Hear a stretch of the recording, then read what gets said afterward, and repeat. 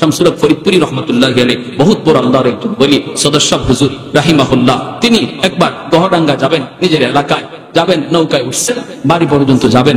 এই অবস্থায় নৌকার মধ্যে অনেক মানুষ চলে উঠছে, তিনি তার ঘাটে যেয়ে নামবেন, লোকজন যার যার ঘাটে নামতেছে, আল্লাহর ওলিও তিনি তার ঘাটে যাবেন। ওনার ঘাটটা হলো সব শেষে, সব মানুষ নেমে গেল নৌকা থেকে যার যার ঘাটে, কিন্তু হুজুরকে নিয়ে মাঝি একাই চলছে।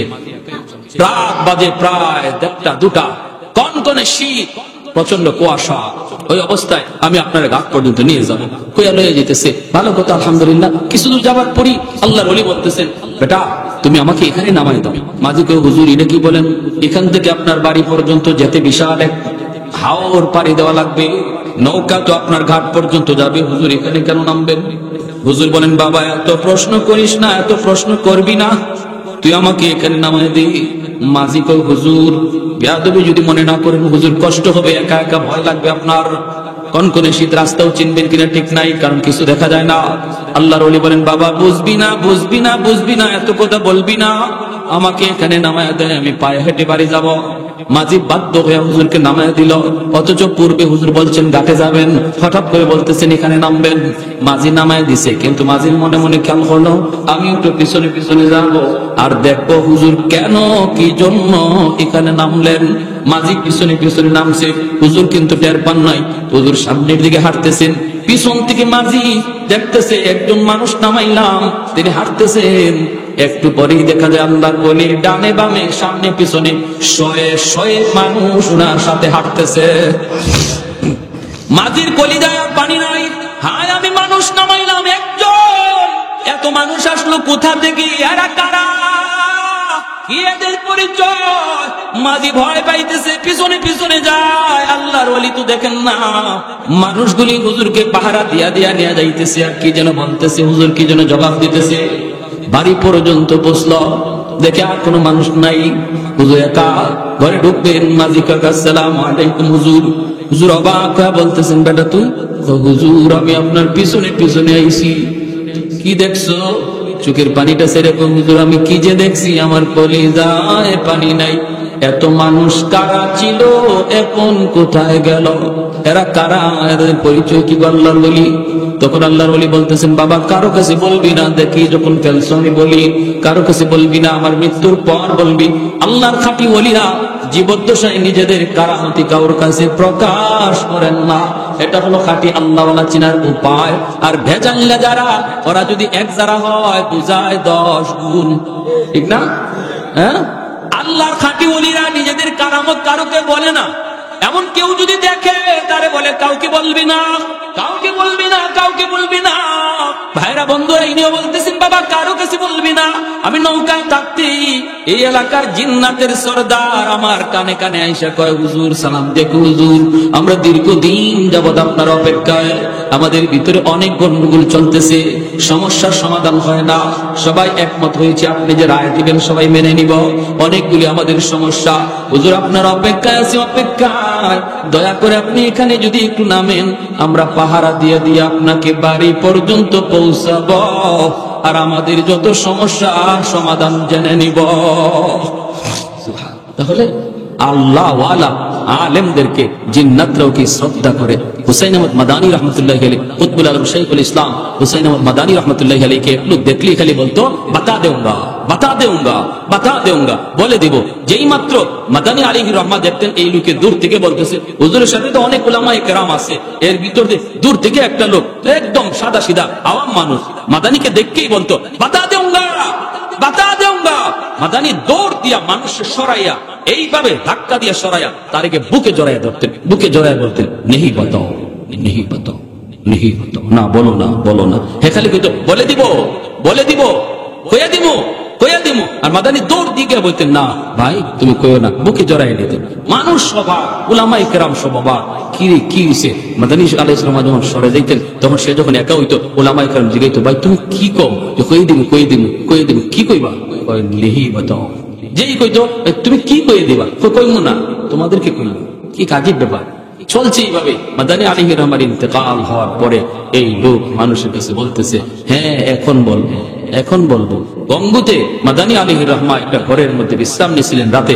আমি জানতাম না এই ঘরে মাদানী। আমি শেষ রাতের দিকে এই ঘরের পাশ দিয়ে যাইতেছিলাম, হঠাৎ করে শুনি এই ঘরের ভিতরে জিকিরের আওয়াজ। আমি একটু তাকাইলাম ঘরটার দিকে, তখন দেখি ওই ঘরের মানুষের জিকিরের সাথে ঘরের দেয়াল, দরজা, জানালা সব জিকিরের সাথে লাফাইতেছে, সবকিছু লাফাইতেছে।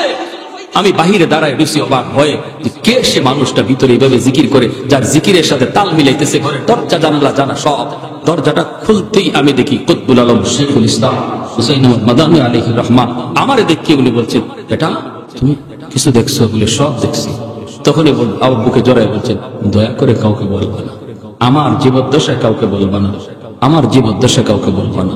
এজন্য আমি বলতাম না। কত তুমি হুজুরে দেখলে এইভাবে বলতা কেন? বাতা দঙ্গা বলবো না কেন?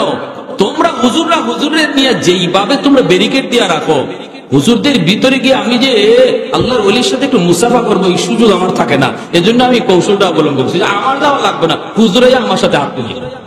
ইমাম গাজ্জালী রাহমাতুল্লাহ আলাইহি, আমার ভাইরা বন্ধুরা, আল্লাহর বহুত বড় একজন ওলি স্বপ্নে দেখেন কিয়ামতের ময়দান কায়েম হয়ে গেছে আল্লাহর গোলাম। ওই কিয়ামতের ময়দানে ইমাম গাজ্জালী রাহমাতুল্লাহ আলাইহি আমার আপনার নবীর পাশে বসা, ডান দিকে বাম দিকে অনেক উলামায়ে কেরাম বসা।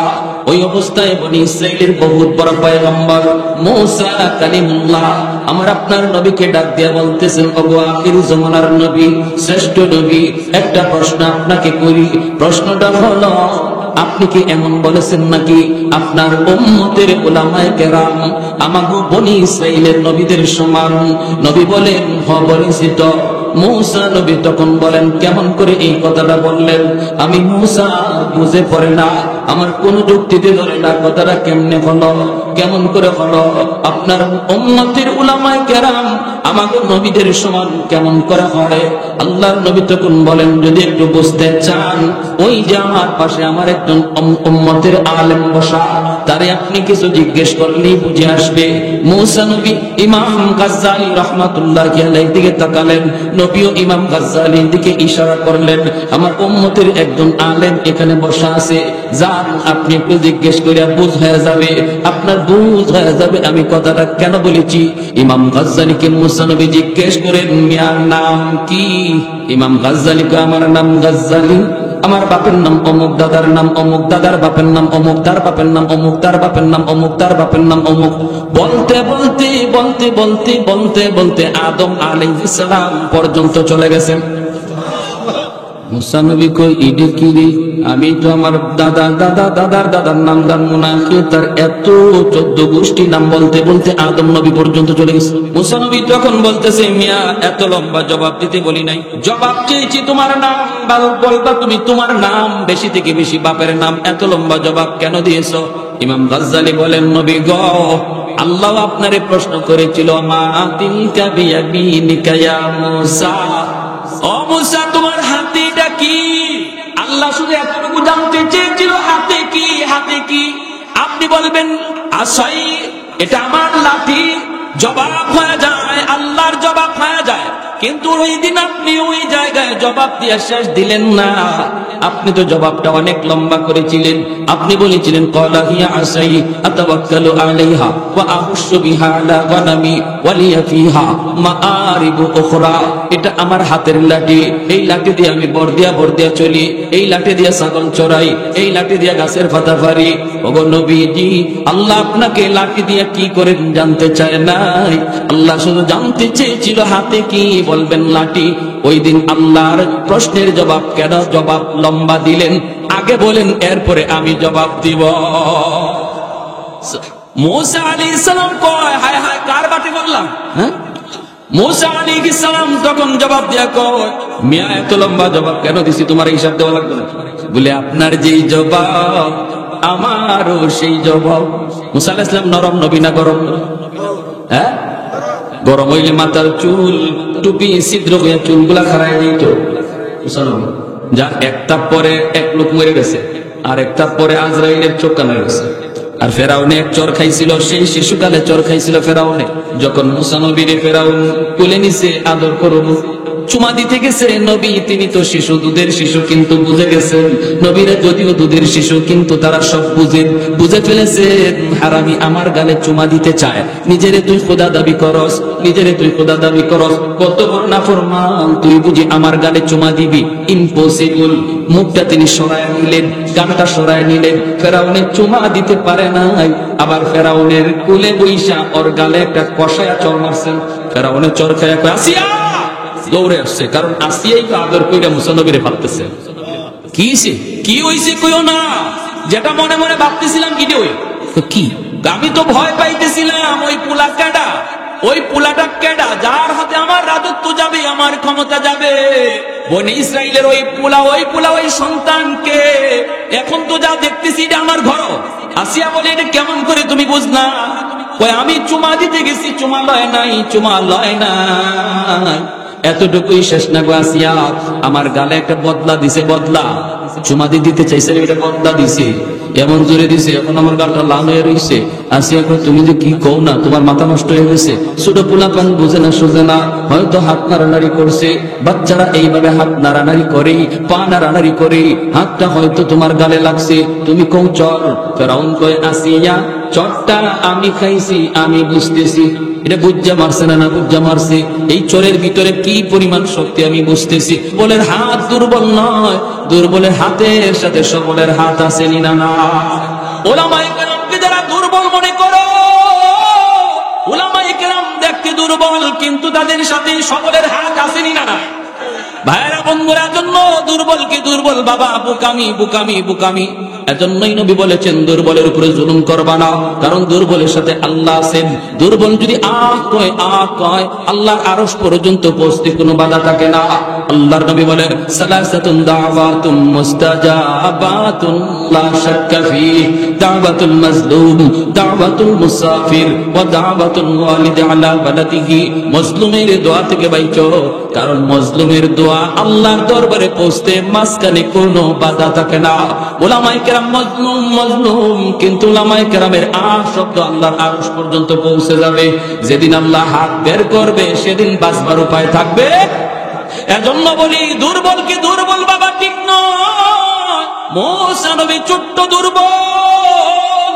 ফেরাউন কয় চর আমি খাইছি, আমি বুঝি কি জাত চর। আসিয়া বলে না বুঝা মারছে। ফেরাউনে কয় না বুঝা মারছে। কয় তাহলে পরীক্ষা হয়ে যাক, বুঝা না বুঝা কেমনে? কয় আগুন রাখো এক জায়গায়, স্বর্ণ রাখো এক জায়গায়।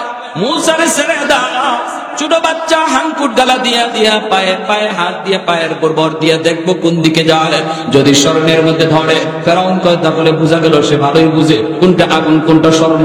কালার যদিও একরকম, আগুন স্বর্ণ সে ভালো বুঝে। অতএব চটটাও আমাকে বুঝেই মারছে। আর যদি আগুনে হাত দেয় তাহলে বুঝা যাবে বুঝে না, চটটা না বুঝা মারছে। মুসা নবীকে ছেড়ে দিছে। ছোট্ট দুধের বাবু, তিনি তো আর দিয়া পায়ের উপর ভর করে যাইতেছেন। ছোট মানুষ, বুঝ আছে পুরাপুরি। নবী তো এজন্য শিশুকালে আল্লাহ বুঝ দিয়া রাখছেন পুরাপুরি। ভালো করে বুঝতেছেন এটা আগুন, এটা স্বর্ণ। স্বর্ণের দিকেই আগাইতেছেন। ফেরাউন আসিয়ারে কয় ও আসিয়া দেখো কই যায়, দেখো কোন দিকে যায়। বুঝছো চটটা বুঝছে না বুঝছা?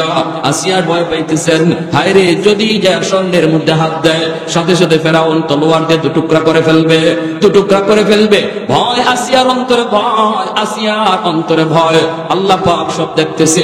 রব্বুল আলামিন কয় জিবরাইল তাড়াতাড়ি করে আমার মুসার কাছে যাও, গন্ডগোল বাজায় দিতেছে। আমি আল্লাহর কুদরতের খেলা এখানেই শেষ হবে না, খেলাটা আর একটু বাড়ানো দরকার। মুসা যখন হাত দিতে চাইবে স্বর্ণে, তুমি জিবরাইল অদৃশ্য থেকে হাতটা আগুনে দিয়া দিবা। সুবহানাল্লাহ। দিতে চাইবে স্বর্ণে, কারণ আমার নবী বুঝে তো হাত দিব স্বর্ণের দিকে, কিন্তু হাতটা তুমি আগুনে দিয়া দিও। মুসা নবী হাত তিনি বাড়াইলেন, আর জিবরাইল আলাইহিস সালাম অদৃশ্য থেকে হাতটা আগুনে ধরাইলেন। শুধু তা না, ফেরাউনের এই সন্দেহ দূর করার জন্য আগুনের একটা কয়লার টুকরা তিনি হাতে নিয়ে মুখেও লাগাইয়া দিলেন। শিশু বাচ্চাদের যে অভ্যাস, কিছু ধরলেই সাথে সাথে মুখে দেয়, ঠিক না? এটা পাক না না পাক, খাওয়ানোর বস্তু না খাওয়ানোর বস্তু না, বুঝে না। এই জিনিসটা বোঝানোর জন্য মুখের মধ্যে দিয়ে দিলেন, এজন্য জিহ্বার আগাটা একটু জ্বলে গেছিল। মুসা নবীর কথা বলতে একটু কষ্ট হতো, অস্পষ্ট হতো। এজন্যই নবুয়ত পাওয়ার পরে তিনি বলেছিলেন, আল্লাহ আমার ভাই হারুনকে আমার সাথে দিয়ে দাও দাওয়াতের জন্য, কারণ আমার ভাই হারুনের জবান বড় স্পষ্ট। হুয়া আফসাহু মিন্নি, আমার চেয়ে তার কথাটা স্পষ্ট। এজন্য বলতেছিলাম মুসা নবী এত গরম। ইমাম গাজ্জালিকে বলতেছেন, মিয়া তোমার কি আমার জবাব দেওয়া লাগবে নাকি? আমি আপনার প্রশ্নের জবাব কেন লম্বা দিয়েছিলাম? ইমাম গাজ্জালি বলেন, দিতে হবে, কারণ আপনার যে জবাব আমারও সেই জবাব। মুসা নবী বলতেছে, আচ্ছা তুমি তো আমার পেছে ফেলাই দিছো, তো ঠিক আছে, আমি আল্লাহর প্রশ্নের জবাব কেন লম্বা দিছি জানো? মাহবুবের সাথে, মাশউকের সাথে কেউ যদি কথা বলার সুযোগ পায়, মহব্বতের মানুষের সাথে কম কথায় মন ভরে না, কথার একটু বাড়াইতে মন চায়, ঠিক না? ঠিক না? এটা বুঝি তো বাবু? কি দিয়া খাইছো, কখন ঘুমাইছো, হ্যাঁ, চিংড়ি মাছ না ইলিশ মাছ, হাই হাই হাই, কত প্রশ্ন এই আধা ঘন্টা। কিন্তু নিজের মার সাথে কথা বলতে যাই, বেটা কোথায় আছো? বাজারে আছি, আইতেছি।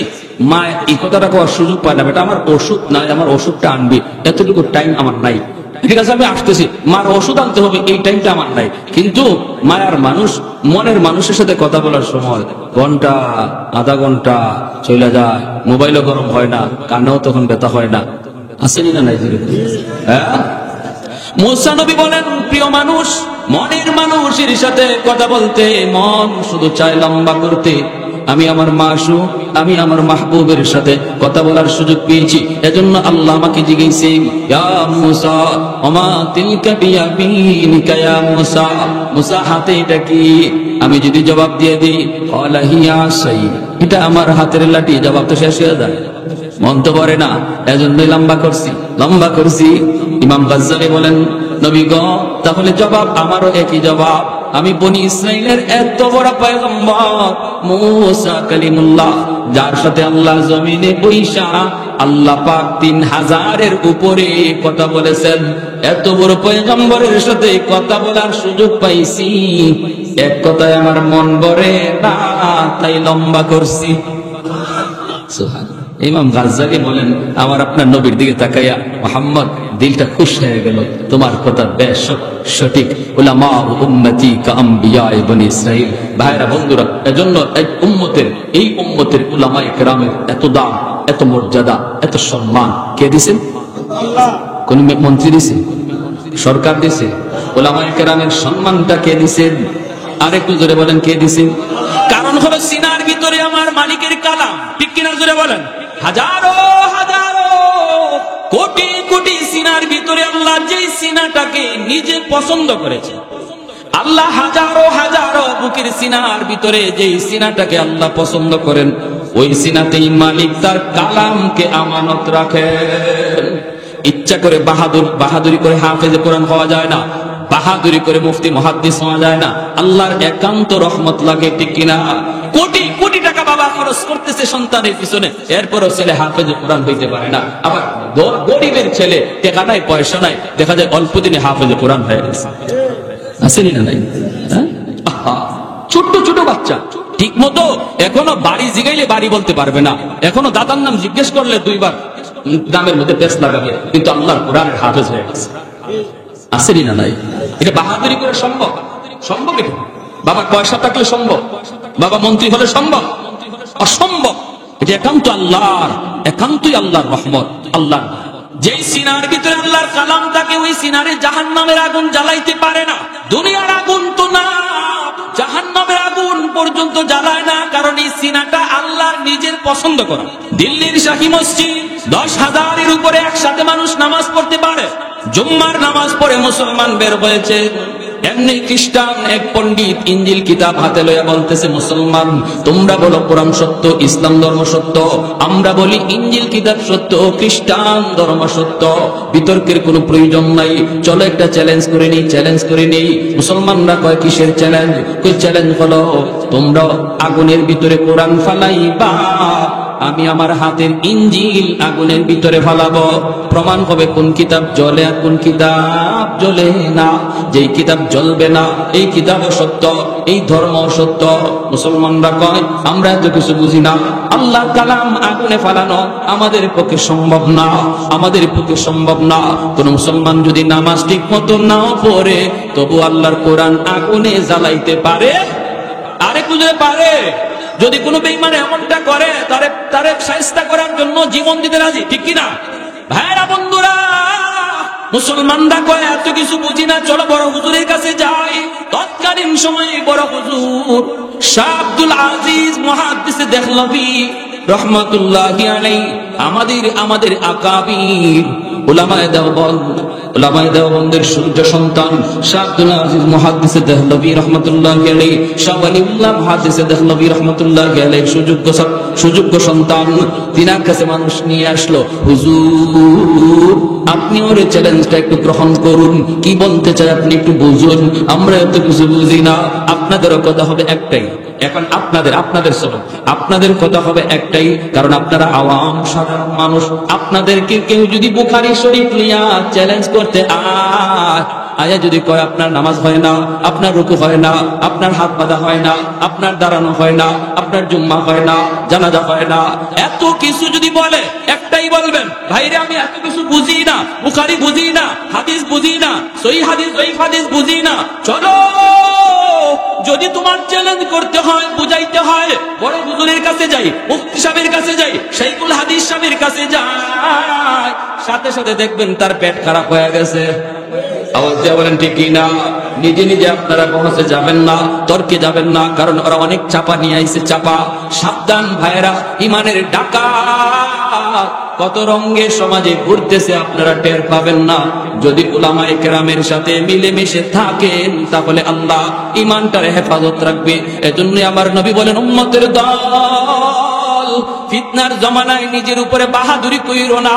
যদি দৌলতে ইমান তুমি হেফাজত রাখতে চাও, আলাইকুম বিমুজালাসাতিল উলামা ওয়া ইসতিমাই কালামিল হুকামা ফাইন্নাল্লাহা তাআলা ইউহয়িল কলবাল মাইয়িতা বিনুরিল হিকমা কামা ইউহয়িল আরদাল মাইতাতা বিওয়াবিলিল মাতার। আমার উম্মতের উলামায়ে কেরামের সাথে তোমরা মিলেমিশে থাকো, তাদের পরামর্শ চইল। কেউ কিছু তোমারে বুঝাইলে এই বুঝটাই 100 বুঝবাইনো না, আলেমের সাথে পরামর্শ কইর, তাহলে ঈমান হেফাজত থাকবে। আপনারা বুঝবেন না, আপনার লেবাসে কইরা, আমার আপনার সুরত কইরা ডাকাত বন্ধু সেজে হাজির হবে। আপনি বুঝবেন না সে বন্ধু না ডাকাত, বুঝবে উলামায়ে কেরাম। কারণ উলামায়ে কেরামের হাতে কুরআন হাদিসের রাডার রয়েছে। এই রাডারের ফাঁকি দিয়ে কেউ যেতে পারে না। উলামায়ে দেওবন্দের কাছে কোন বাতিল কখনো যত সুরত ধরে এসেছে উলামায়ে দেওবন্দ তার হাতে নাতে ধরেছেন। মহিলা বুরকা পরে এসেছে বাতিল, উলামায়ে দেওবন্দ গাইনি ডাক্তার সেজেছে। ওই রে বাবা, এজন্য এই ফিতনার জমানায় আপনাদের কাছে আমার নসিহত, আল্লাহর নবীর কথা, এটা চরম ফিতনার যুগ চলতেছে। এই যুগে যদি আমাকে সহিহ লাইনের উপরে, সঠিক সিরাতে মুস্তাকিমের উপরে চলতে হয়, তাহলে মাদ্রাসার সাথে সম্পর্ক রাখো, বড় হুজুরের সাথে সম্পর্ক রাখো, ইমাম সাহেবের সাথে সম্পর্ক রাখো, মুফতি সাহেব মুহাদ্দিস সাহেবের সাথে সম্পর্ক রাখো। বাতিল দেখবে তোমার সম্পর্ক মুফতি সাহেবের সাথে তোমার কাছেও আসবে না, দেখবে তোমার সম্পর্ক মাদ্রাসার সাথে তোমার বুঝাইতে কাছেও আসবে না। ঈমান হেফাজত থাকবে, নিজে নিজে চলবা, মুসিবত মুসিবত। মুসলমানরা ডাক দেয়া কয় হুজুর আপনি একটু বুঝেন কি কয়। শাহ আব্দুল আজিজ মুহাদ্দিস দেহলভী রহমাতুল্লাহি আলাইহি তিনি তখন বলতেছেন, মিয়া তুমি কি বলতে চাও বলো।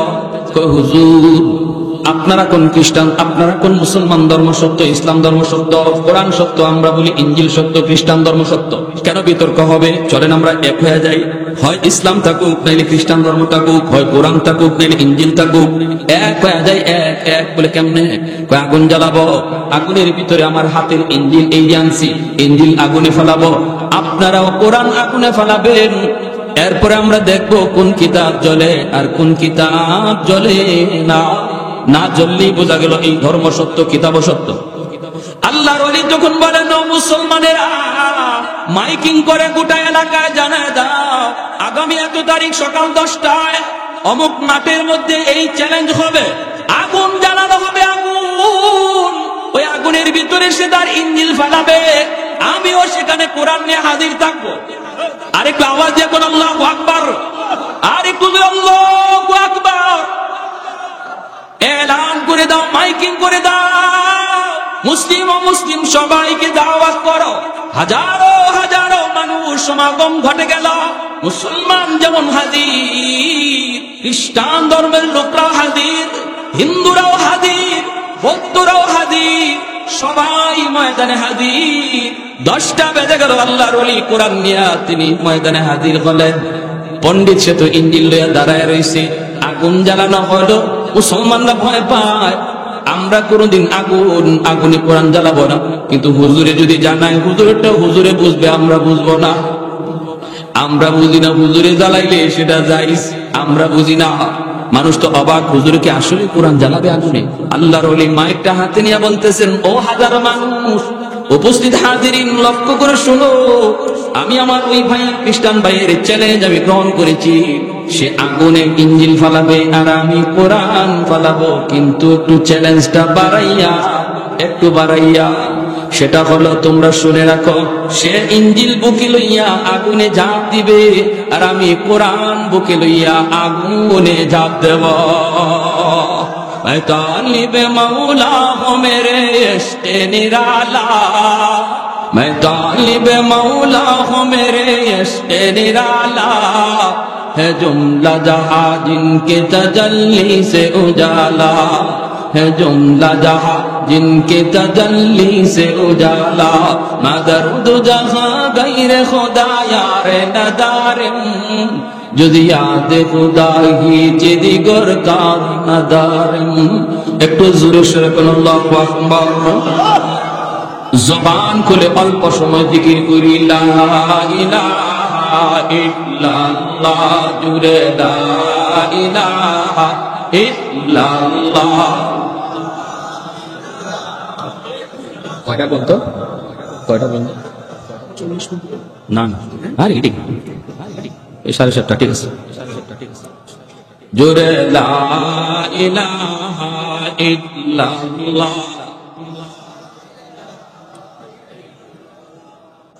লা ইলাহা ইল্লাল্লাহ, লা ইলাহা ইল্লাল্লাহ মুহাম্মাদুর রাসূলুল্লাহ। জোরে সরে বলি সাল্লাল্লাহু আলাইহি ওয়াসাল্লাম। যেই মাত্র হুজুর বলছেন আমি আমার কোরআন বুকে লইয়া আগুনে ঝাঁপ দিব, আর উনি ইঞ্জিল বুকে লইয়া আগুনে ঝাঁপ দিবে, দেখা যাবে কাকে আগুন জ্বালায় কাকে আগুন জ্বালায় না। সুবহানাল্লাহ। পণ্ডিতের আর আসেনি, কি করেন আপনারা? সজাগ আছেন সবাই? পণ্ডিতের আর আসেনি? হ্যাঁ, পেটে মুচোর মারছে, হুজুর, ও হুজুর, এটা আপনি কি কোন? হুজুর বলে, কেন কি হয়েছে? হুজুর, আমার বাথরুম কোন দিকে দেখা দেন? হুজুর, আমি তো এমন পরীক্ষা করতে আসি নাই গো, আমি তো আইছি আমার হাতের ইঞ্জিল আগুনে ফেলাইবো, নিজে আগুনে পড়তে রাজি না। আল্লাহর ওলি বলেন, কেন? আমি যদি পারি তুমি কেন পারবা না? আমার তো বিশ্বাস, আমার তো ইয়াকিন, আমি যদি কোরআন বুকে লইয়া আগুনে ঝাঁপ দেই, আল্লাহর কালামের এত দাম, এত দাম, এত দাম, যে কোরআন সিনায় থাকলে জাহান্নামের আগুন জ্বালায় না, দুনিয়ার আগুনও আমাকে জ্বালাবে না, দুনিয়ার আগুনও আমাকে জ্বালাবে না, জ্বালাবে না। কোরআনও জ্বলবে না, আমিও জ্বলবো না। আর যদি তোমার ইঞ্জিল কিতাব সত্য হয়, ইঞ্জিলও জ্বলবে না, তুমিও জ্বলবে না। কয় না হুজুর, আমি মাপ চাই, হুজুর আমি মাপ চাই, মাপ চাই, আমি এটা পারবো না। আল্লাহর ওলি বলেন, দেখো চ্যালেঞ্জটা কিন্তু আমি করি নাই, চ্যালেঞ্জটা করেছো তুমি, অতএব ভাগবার কোনো জায়গা নাই। হাজারো মানুষ এখানে হাজির হয়েছে, একটু যদি ভাগবার চেষ্টা করো তাহলে আমি তোমারে বাঁচাইতে পারবো না। মানুষ কিন্তু বহু দূর দূরান্ত থেকে আসছে, ভাগবা তো একটা ঘুষিও মাটি পড়বে না, তুমি কিন্তু তেজপাতা হয়ে যাইবা, তেজপাতা হয়ে যাইবা। হুজুর, আপনি আমার একটু বাঁচান, হুজুর আপনি আমার একটু বাঁচান। হুজুর বলেন, আমি বাঁচাবো, কিন্তু এর আগে মাইক হাতে নিয়ে বলো, কি ষড়যন্ত্র লইয়া তুমি আইছো, মানুষকে জানায়া দাও। কই হুজুর, তাহলে আপনি আমার একটু বাঁচাইন? বলে হ্যাঁ বাঁচাইবো, আগে আসল কথা, আসল কথা। মাইক হাতে নিয়ে বলতেছে, উপস্থিত হাজিরিন, আমি একটা চিটার, আমি একটা বাটপার, আমি মূলত পণ্ডিত না, কিছুই না। হুজুর যে কথা বলছে এটা আমি পারবো না, কারণ হলো আমার হাতের ইঞ্জিল, যে কি ইঞ্জিল আপনারা দেখতেছেন, এই ইঞ্জিলটাকে কেমিক্যাল মাখাইয়া, মেডিসিন মাখাইয়া আমি আনছি। এটা এমন এক কেমিক্যাল, এই কেমিক্যাল যে কোনো বস্তুতে যদি মাখানো হয় আর ওই বস্তুটাকে যদি আগুনে ফেলানো হয়, আগুন ওই বস্তুটাকে জ্বালাবে না।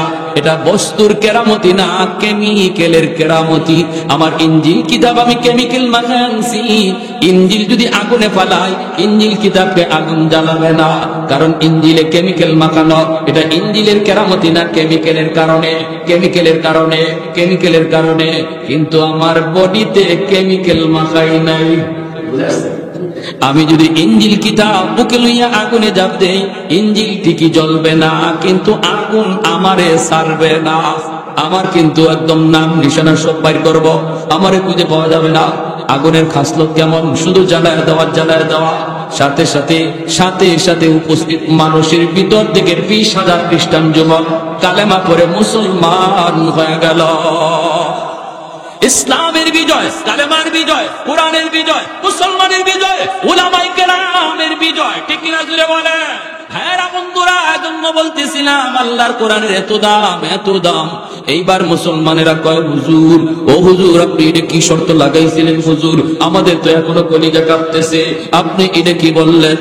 যদি ওই বেঈমানে আপনার শর্ত মাইনা নিত, যদি ও ইঞ্জিল বুকে লইয়া আগুনে জাপ দিত, আপনিও যদি কোরআন বুকে লইয়া আগুনে জাপ দিতেন, তাহলে ওরে এই আগুনে জ্বালাইলে আমাদের তো কোনো কষ্ট নাই, ও জলকার মরক। কিন্তু আপনাকে যদি আগুনে কোনো ক্ষতি করত, আমরা আপনারে পাইতাম কই হুজুর? আপনি তো আমাদের জন্য ছায়া, আপনি তো আমাদের মাথার উপরে রহমতের ছায়া।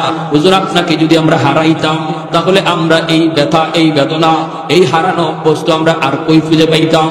আপনি শর্ত লাগানো মাত্রই আমাদের কলিজায় পানি নাই। হুজুর, আপনি শর্ত লাগাইছেন, কিন্তু আমাদের কলিজায় পানি নাই। আল্লাহর ওলি তখন বলেন, ও মুসলমান ভাইরা, তোমরা কি মনে করছো? তোমরা মনে করছো আমি যদি কোরআন বুকে লইয়া আগুনে জাপ দিতাম, আগুন আমাকে জ্বালায় নিত? তোমরা বুঝি এমনটা ভাবতেছো। কিন্তু খোদা কসম একবার, খোদা কসম দুইবার, খোদা কসম তিনবার, 100 ইয়াকিন ছিল আমার অন্তরে। আমি যদি কোরআন বুকে লইয়া আগুনে জাপ দিতাম, আমার নবীর হাদিস মোতাবেক আগুন আমার পশম জ্বালাইতো না। তো আল্লাহর কালামের পাওয়ার, তো আল্লাহর কালামের পাওয়ার, তো আল্লাহর কালামের মুজিজা। প্যারে হাজিরিন, এজন্য এই সিনা জানতেন কোন সিনা নয়। দেখতেছেন ছোট ছোট বাচ্চা হাফিজি পড়তেছে না, এই বাচ্চাগুলিকে আল্লাহ হাজারো কোটি মানুষের সিনার ভিতর থেকে চয়েস করে আল্লাহ কুদরতে এখানে হাজির করছে। সূরা কন্যা, সুবহানাল্লাহ।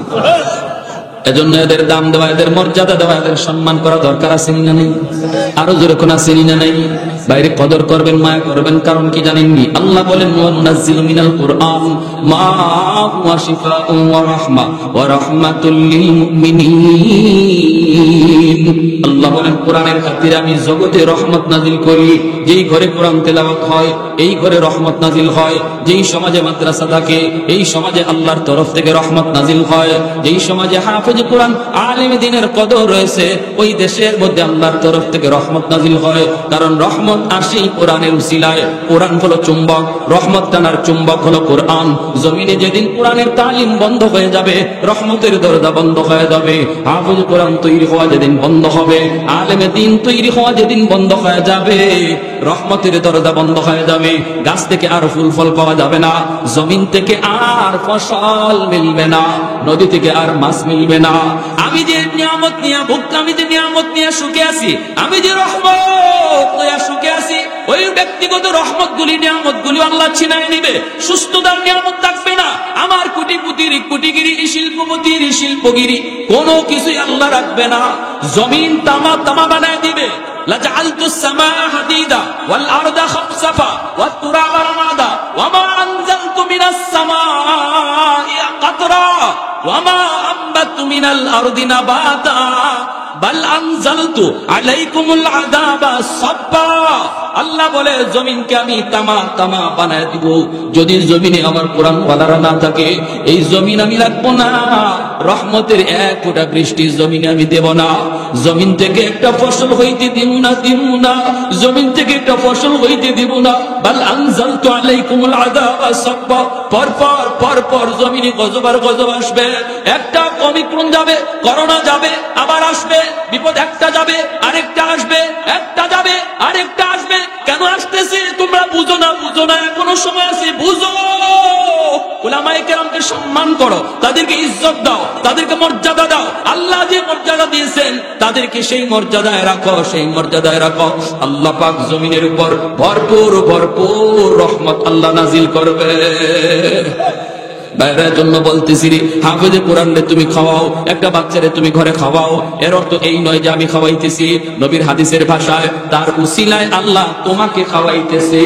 আমি মাদ্রাসাকে দেখতেছি না, মাদ্রাসাকে আমি দেখি না, বরং মাদ্রাসার খাতিরে আল্লাহ আমাকে পালতেছে। এই কথাটাই মনে রাখতে হবে। ইন্নাল আলিমা ইস্তাগফিরু লাহু মান ফিল আরদ ওয়া মান ফিস সামা হাত্তাল হিতানু ফি জওফিল মা ওয়া ফি রাওয়ায়াতিন আন-নামলাতু ফি জুহরিহা। নবী বলেন, উম্মতের দল, এই কথাটা তোমরা যদি নাও বুঝো, জমিন আল্লাহ কাদের উসিলায় টিকায় রাখছে, কথাটা তোমরা যদি নাও বুঝো, আসমান জমিনের আর যত মাখলুক রয়েছে ওরা কিন্তু ঠিকই বুঝে। গর্তের পিপিলিকা ওই কথাটা বুঝে, পানির নিচের মাছ এই কথাটা বুঝে। এজন্য পিপিলিকাও সর্বক্ষণ মাদ্রাসার জন্য দোয়া করে, পানির নিচের মাছও আল্লাহর কাছে দোয়া করে, জঙ্গলের বাঘ ভাল্লুকও আল্লাহর কাছে দোয়া করে, গাছের পাতাটা পর্যন্ত 24 ঘন্টা মাদ্রাসার জন্য, হাফেজ কোরআন তালেবে ইলমের জন্য আল্লাহর কাছে দোয়া করে। আল্লাহ, আমি গর্তের পিপিলিকা বেঁচে আছি যার উসিলায়, আল্লাহ তুমি তার হায়াত বাড়ায়। আল্লাহ, আমি পানির নিচের মাছ বেঁচে আছি যাদের উসিলায়, আল্লাহ তাদের হায়াতে বরকত দাও। আল্লাহ, ঘরে ঘরে হাফেজ তৈরি করো, সমাজে আল্লাহ তুমি মাদ্রাসা তৈরি করো। এটা হলো জমিনের হায়াত, মাদ্রাসা জমিনের হায়াত, উলামায়ে কেরাম জমিনের হায়াত। প্যারে হাজিরিন, এজন্য এই কথাটা অত্যন্ত সূক্ষ্ম কথা। নবী বলেন, এই সূক্ষ্ম কথাটি তোমরা না বুঝলেও হাইওয়ানাত বুঝে। এজন্য উলামায়ে কেরামকে হাইওয়ানাতরা শ্রদ্ধা করে, জিন্নাতরা শ্রদ্ধা করে। শামসুল হক ফরিদপুরি রহমতুল্লাহি আলাইহি বহুত বড় আল্লাহর একজন ওলি, সদস্য হুজুর রাহিমাহুল্লাহ, তিনি একবার গহডাঙ্গা যাবেন, নিজের এলাকায় যাবেন, নৌকায় উঠছেন, বাড়ি পর্যন্ত যাবেন। এই অবস্থায় নৌকার মধ্যে অনেক মানুষ চলে উঠছে। তিনি তার ঘাটে যেয়ে নামবেন, লোকজন যার যার ঘাটে নামতেছে। আল্লাহর ওলিও তিনি তার ঘাটে যাবেন। ওনার ঘাটটা হলো সব শেষে, সব মানুষ নেমে গেল নৌকা থেকে যার যার ঘাটে, কিন্তু হুজুরকে নিয়ে মাঝি একাই চলছে। রাত বাজে প্রায় 1টা 2টা, কনকনে শীত, প্রচন্ড কুয়াশা। ওই অবস্থায় আমি আপনার ঘাট পর্যন্ত নিয়ে যাবো, কইয়া লয়ে যেতেছে। ভালো কথা, আলহামদুলিল্লাহ। কিছু দূর যাওয়ার পরই আল্লাহর ওলি বলতেছেন, বেটা তুমি আমাকে এখানে নামায় দাও। মাঝি কই, হুজুর এটা কি বলেন? এখান থেকে আপনার বাড়ি পর্যন্ত যেতে বিশাল এক হাওর পাড়ি দেওয়া লাগবে, নৌকা তো আপনার ঘাট পর্যন্ত যাবে, হুজুর এখানে কেন নামবেন? হুজুর বলেন, বাবা এত প্রশ্ন করিস না, এত প্রশ্ন করবি না, তুই আমাকে এখানে নামায় দে। মাঝি কই, হুজুর বেয়াদবি যদি মনে না করেন, হুজুর কষ্ট হবে, একা একা ভয় লাগবে আপনার, কনকনে শীত, রাস্তাও চিনবেন কিনা ঠিক নাই, কারণ কিছু দেখা যায় না। আল্লাহর ওলি বলেন, বাবা বুঝবি না, এত কথা বলবি না, আমাকে এখানে নামায়া দেয়, আমি পায়ে হেঁটে বাড়ি যাব। মাঝি বাধ্য হয়ে হুজুরকে নামায়া দিল, অথচ পূর্বে হুজুর বলছেন ঘাটে যাবেন, হঠাৎ করে বলতেছেন এখানে নামবেন। মাঝি নামায়া দিছে, কিন্তু মাঝির মনে মনে খেয়াল হলো আমি একটু পিছনে যাব আর দেখবো হুজুর কেন কি জন্য এখানে নামলেন। মাঝি পিছনে নামছে, হুজুর কিন্তু টের পান নাই। হুজুর সামনের দিকে হাঁটতেছেন, পিছন থেকে মাঝি দেখতেছে একজন মানুষ নামাইলাম, তিনি হাঁটতেছেন। একটু পরেই দেখা যায় আল্লাহর ওলির ডানে বামে সামনে পিছনে শয়ে মানুষ ওনার সাথে হাঁটতেছে। মাঝির কলিজায় পানি নাই, হায় আমি মানুষ নামাইলাম একজন, এত মানুষ আসলো কোথা থেকে, এরা কারা, কি এদের পরিচয়? মাঝি ভয় পাইতেছে, পিছনে যায়। আল্লাহর ওলি তো দেখেন না, মানুষগুলি হুজুরকে পাহারা দিয়া নিয়ে যাইতেছে, আর কি যেন বলতেছে, হুজুর কি যেন জবাব দিতেছে। বাড়ি পর্যন্ত বসল, দেখে আর কোনো মানুষ নাই, হুজুর একা। ঘরে ঢুকবেন, মাঝি কাকা আসসালামু আলাইকুম হুজুর, হুজুর অবাক হয়ে বলতেছেন, বেটা তুই? হুজুর আমি আপনার পিছনে পিছনে আইছি। কি দেখছো? চোখের পানিটা ছেড়ে হুজুর আমি কি যে দেখছি, আমার কলিজায় পানি নাই। এত মানুষ কারা ছিল, এখন কোথায় গেল? এরা কারা? এদের পরিচয় কি? আল্লাহর ওলি। তখন আল্লাহর ওলি বলতেছেন, বাবা কারো কাছে বলবি না, দেখি যখন ফেলছো আমি বলি, কারো কাছে বলবি না, আমার মৃত্যুর পর বলবি। আল্লাহর খাঁটি ওলিরা জীবদ্দশায় নিজেদের কারামতি কারোর কাছে প্রকাশ করেন না। এটা হলো খাঁটি আল্লাহওয়ালা চিনার উপায়। আর ভেজালিলা যারা, ওরা যদি এক যারা হয় বুঝায় 10 গুণ, ঠিক না? হ্যাঁ, আল্লাহর খাঁটি ওলিরা নিজেদের কারামত কারোকে বলে না। এমন কেউ যদি দেখে, তারে বলে কাউকে বলবি না, কাউকে বলবি না, কাউকে বলবি না। ভাইরা বন্ধুরা, ইনিও বলতেছেন বাবা কারো কাছে বলবি না। আমি নৌকায় থাকতেই এই এলাকার জিন্নাতের সরদার আমার কানে কানে এসে কয়, হুজুর সালাম দেখো হুজুর, আমরা দীর্ঘদিন যাবত আপনার অপেক্ষায়, আমাদের ভিতরে অনেক গন্ডগোল চলতেছে, সমস্যার সমাধান হয় না, সবাই একমত হয়েছে আপনি যে রায় দিবেন সবাই মেনে নিব। অনেকগুলি আমাদের সমস্যা, হুজুর আপনার অপেক্ষায় আছি, অপেক্ষায়, দয়া করে আপনি এখানে যদি একটু নামেন, আমরা পাহারা দিয়ে দিয়ে আপনাকে বাড়ি পর্যন্ত পৌঁছাবো, আর আমাদের যত সমস্যা সমাধান জেনে নিব। তাহলে আল্লাহ ওয়ালা আলেমদেরকে জিন্নাতরাও কি শ্রদ্ধা করে। হুসাইন আহমদ মাদানী রহমতুল্লাহি আলাইহি, কুতবুল আলম শাইখুল ইসলাম হুসাইন আহমদ মাদানী রহমতুল্লাহি আলাইহি এক লোক দেখলি খালি বলতো, বাতা দেউঙ্গা, বাতা দেউঙ্গা, বাতা দেউঙ্গা, বলে দিব। যেই মাত্র মাদানী আলাইহি রহমত দেখতেন এই লোকে দূর থেকে বলতেছে, হুজুরের সাথে তো অনেক উলামায়ে কেরাম আছে, এর ভিতর দিয়ে দূর থেকে একটা লোক একদম সাদা সিধা আওয়াম মানুষ মাদানীকে দেখকেই বলতো, বাতা দেউঙ্গা, বাতা দেউঙ্গা। মাদানী দৌড় দিয়া মানুষের সরাইয়া, এইভাবে ধাক্কা দিয়া সরাইয়া তারিকে বুকে জড়াইয়া ধরতেন, বুকে জড়াইয়া বলতেন, নেহি বাতাও, নেহি বাতাও, নেহি বাতাও, না বলো না, বলো না। হে খালি কইতো বলে দিব, বলে দিব, কইয়া দিব, কইয়া দিব। আর মাদানী দৌড় দিয়ে গিয়া বলতেন, না ভাই তুমি কইও না, বুকে জড়াই নিতেন। মানুষ স্বভাব, উলামায়ে কেরাম স্বভাব। কি হইছে? মাদানী আলাইহিস সালাম যখন সরে যাইতেন, তখন সে যখন একা হইতো, উলামায়ে কেরাম জিগাইতো, ভাই তুমি কি কও? কই দিব, কই দিব, কই দিব, কি কইবা? কয় লিহি বাতাও। যেই কইতো তুমি কি কইয়ে দিবা? কইমু না, তোমাদেরকে কইব।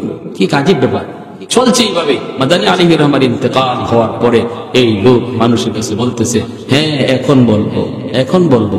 বঙ্গুতে মাদানী আলাইহির রহমা একটা ঘরের মধ্যে বিশ্রাম নিয়েছিলেন রাতে। আমি জানতাম না এই ঘরে মাদানী। আমি শেষ রাতের দিকে এই ঘরের পাশ দিয়ে যাইতেছিলাম, হঠাৎ করে শুনি এই ঘরের ভিতরে জিকিরের আওয়াজ। আমি একটু তাকাইলাম ঘরটার দিকে, তখন দেখি ওই ঘরের মানুষের জিকিরের সাথে ঘরের দেয়াল, দরজা, জানালা সব জিকিরের সাথে লাফাইতেছে, সবকিছু লাফাইতেছে। আমি বাহিরে দাঁড়ায় রয়েছি অবাক ভয়ে, কে সে মানুষটা ভিতরে এইভাবে জিকির করে, যার জিকিরের সাথে তাল মিলাইতেছে। ঘরের দরজা, জানালা, জানা সব। দরজাটা খুলতেই আমি দেখি কুতবুল আলম শাইখুল ইসলাম হুসাইন মাদানী আলাইহির রহমা আমারে দেখি উনি বলছেন, এটা তুমি কিছু দেখছো? বলে সব দেখছি। তখনই আবার বুকে জড়ায় বলছেন, দয়া করে কাউকে বলবা না, আমার জীবদ্দশায় কাউকে বলবা না, আমার জীবদ্দশায় কাউকে বলবা না। এজন্য আমি বলতাম না। কত তুমি হুজুরে দেখলে এইভাবে বলতা কেন? ভাতা দেউঙ্গা বলবো না কেন? তোমরা হুজুররা হুজুরের নিয়ে যেইভাবে তোমরা ব্যারিকেড দিয়ে রাখো, হুজুরদের ভিতরে গিয়ে আমি যে আল্লাহর ওলির সাথে একটু মুসাফা করবো, এই সুযোগ আমার থাকে না। এজন্য আমি কৌশলটা অবলম্বন করছি, আমার দেওয়া লাগবে না, হুজুরাই আমার সাথে আপনি, আমি কেন ভিড় ঠেল লেগে মুসাফা করবো? এজন্য দেখে কইতাম বাতা দেউঙ্গা, তখন হুজুর দৌড় দেয় আমার বুকে জড়াই নিয়ে, এই বুকে জড়াবে, আমার মুসাফা করবে। এজন্য আমি এই কথাটা বলতাম। সুবহানাল্লাহ। এজন্য প্যারে হাজির উলামায়ে কেরামকে অন্তর থেকে শ্রদ্ধা করব। রাজি আছি তো ইনশাআল্লাহ? মাদ্রাসাকে কারা কারা অন্তর থেকে কদর করব? আল্লাহ তুমি প্রতিটা হাতকে কবুল করো, জোরে বলি আমিন।